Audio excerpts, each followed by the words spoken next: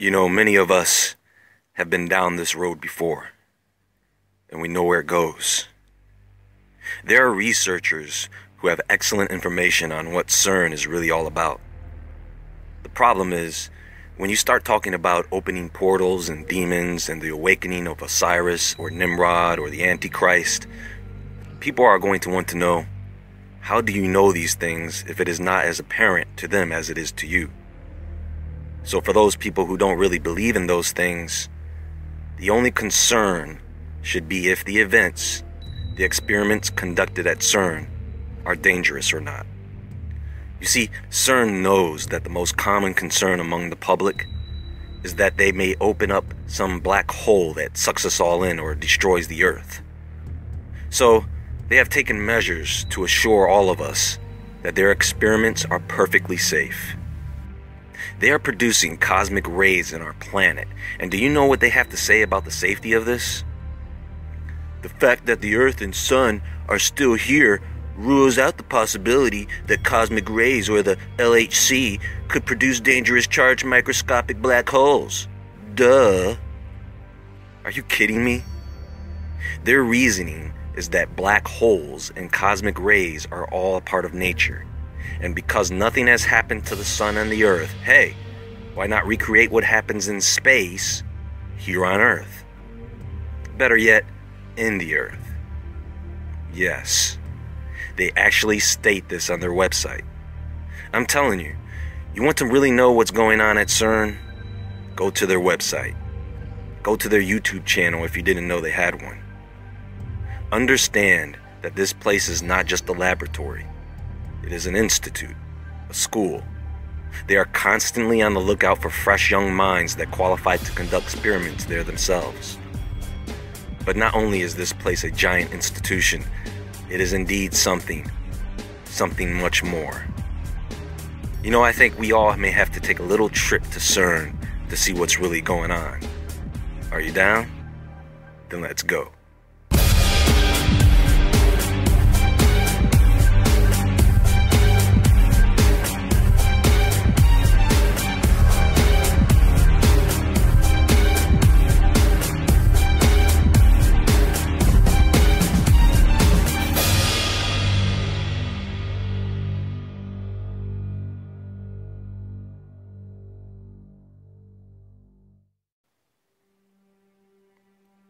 I'm going to do something that not many people who talk about CERN do.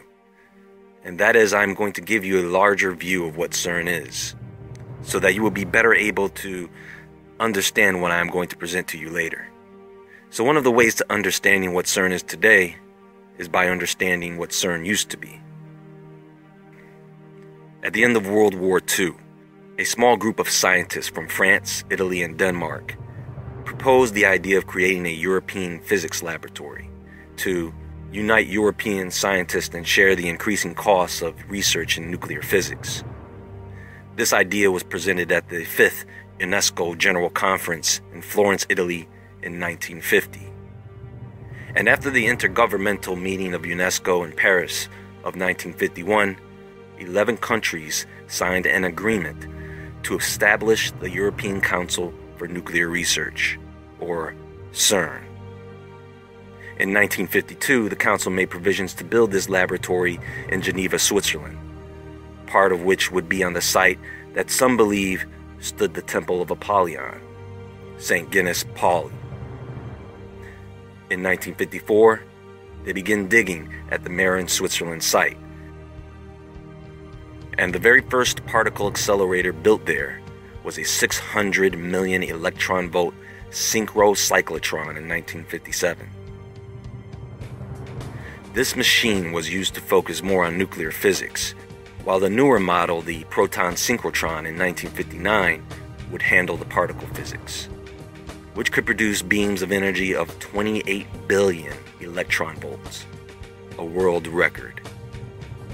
The proton synchrotron's job from that point on would be to supply particles to newer machines. Now, they already knew that there were antiparticles, and they would make their first observations of this in 1965. If you look carefully, you will find that CERN always knows something exists before they actually find it and observe it.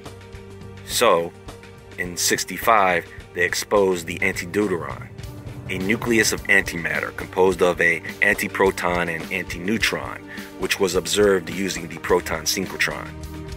The problem with this was that the detection process involved looking at millions of photographs taken from a bubble chamber or a spark chamber, which was very inefficient. But Gilles Charpak took care of this by developing a multi-wire detector connected to a computer, to later become the common detectors used in almost every experiment at CERN today. At the same time this is happening, they came up with the idea of using the proton synchrotron to supply two interconnected rings, 7 kilometers in length, where they could take the proton beams, build them up, and smash them together. Interestingly enough, this was also the first time a touchscreen was used on a computer. Now, the first of these rings was turned on in 1976. The Super Proton Synchrotron. Sorry, folks, but you gotta say that with a deep voice. This thing operates at 450 billion electron volts. You see how the number keeps jumping up? And despite the power of the SPS, they still needed more energy. They needed more speed. They needed a bigger ring. And they got it in 1988 with the completion of the tunnel for their Large Electron-Positron Collider. 2 years later, in 1990, Tim Berners-Lee would write the first browser and server software running on a NeXT or NeXT computer at CERN, and gave birth to the World Wide Web. In fact, they still have this computer on exhibit there. Now, in 1997, they decided that they would approve 3 new experiments to the Large Electron-Positron Collider: CMS, Atlas, and Alice. Pay attention to the names because they are important. The following year, in 1998, they approved the LHCb experiment in preparation for the Large Hadron Collider, and on November 2nd, 2000, the Large Electron-Positron Collider was shut down so that it could be rebuilt to become the LHC. In 2004, CERN celebrated its 50th anniversary. At this point, they've been smashing particles for over 30 years, and they celebrated their 50th anniversary with the inauguration of the Wooden Globe of Science and Innovation, a gift of the Swiss Confederation. This became a pavilion and network center for visitors. 4 years later, in 2008, after the completion of the Large Hadron Collider, a 27-kilometer double-ring accelerator, they fired it up for the first time, starting at around 4 trillion electron volts, sending protons through a chain of high-powered magnets with a force stronger than the Earth's gravity, at a speed just under the speed of light, and smashed them head-on at 4 different points along the collider, producing massive amounts of energy.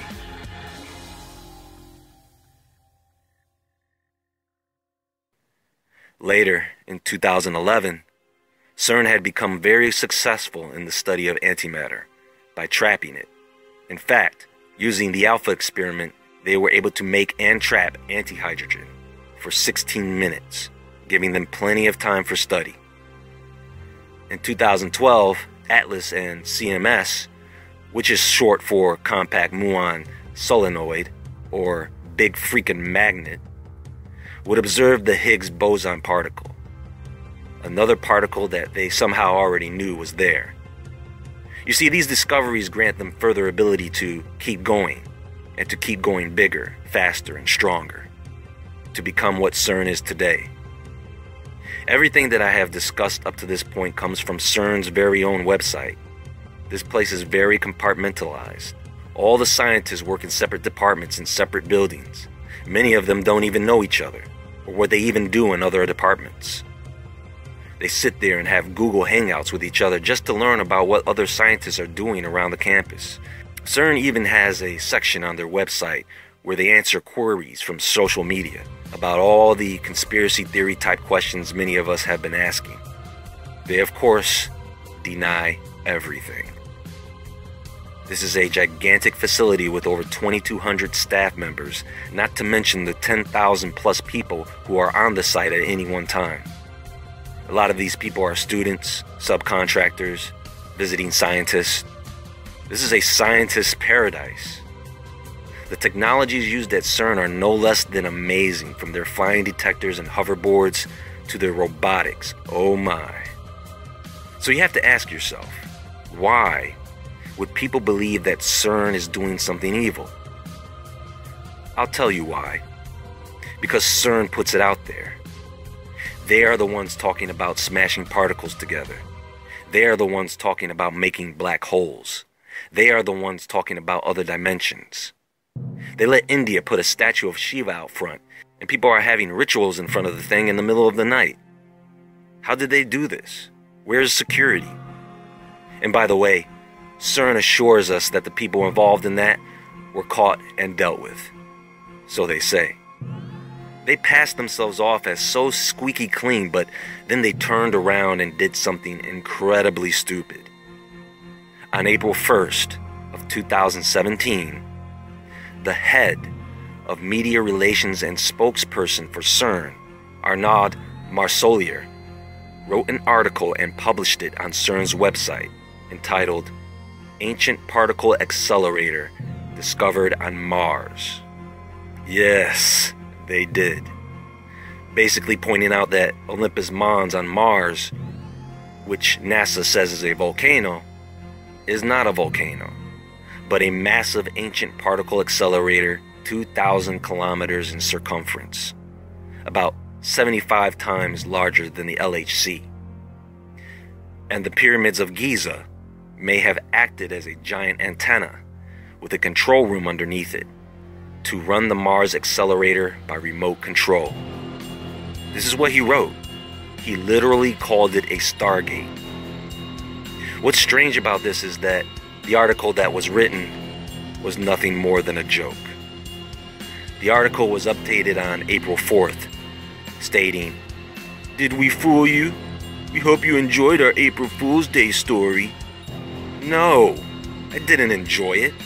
What kind of psychopath writes this and then is allowed to publish it? Especially when they have had problems with their own citizens protesting their experiments. But you know what I think? I think this guy was not lying. Do you know why I think that? Because when you look at Olympus Mons and the 3 other large volcanoes in that area that are somehow equidistantly lined up with each other, you can see that they line up in a way that is exactly the same way the pyramids line up, exactly the same way Orion's belt lines up, and exactly the same way the detectors line up on the LHC at CERN. Is that coincidence? Is it also coincidence that there is this common 2-to-1 ratio with the names of these structures? You have 2 names with the same first letter on the 2 larger structures, and the 3rd smaller structure has a name that is the odd one of the 3. I'll show you. Al-Natak, Al-Nilam, and Mintaka. Ascrius, Arcia, and Pavonis. Khufu, Khafre, and Minkare. And at CERN, we have Alice, Atlas, and LHCb. Thanks, Marsollier, for pointing this out to us. I really don't know how this guy still has a job at CERN. But I guess they don't want the public to think that there might be something to the article that they still have posted on their site. Incredible. So when people think that CERN is trying to open the gates of hell, after all my research and then discovering their April Fool's article written by the head of press, I'm gonna say, yep, that's probably what they're doing.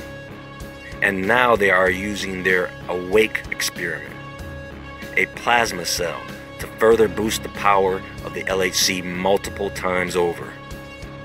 Oh yeah. And you wonder why I call them madmen.